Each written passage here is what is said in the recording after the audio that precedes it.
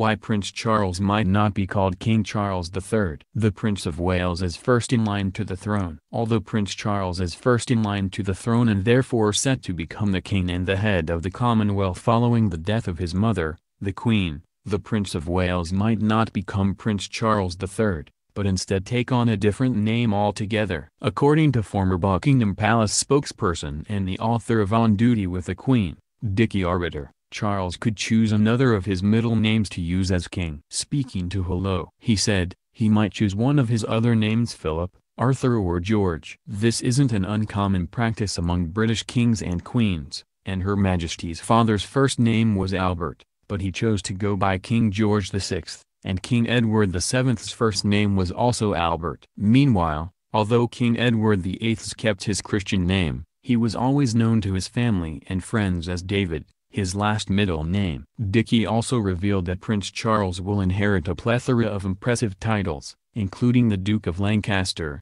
Defender of the Faith, Supreme Governor of the Church of England, Head of the Commonwealth, and King of other realms and territories. He added, Charles will also be Lord of the Man, Isle of Man, and Duke of Normandy. But generally he'll only be known as King. The royal family titles are steeped in tradition and have their own particular set of rules. For instance, despite a common misconception that Princess Charlotte will automatically become the Princess Royal when her father, Prince William, becomes king, just like her great-aunt, Princess Anne, this isn't necessarily the case. In fact, the Queen's eldest daughter only accepted the title in 1987 when she was 36 years old. Speaking about her decision to accept it, royal historian Marlene Koenig told Hello: "There is a lot to be said for the timing. The Phillips marriage was already in trouble. They separated 2 years later, but in 1985, Mark became a father of Felicity Duncan, born in New Zealand. This story broke in 1991.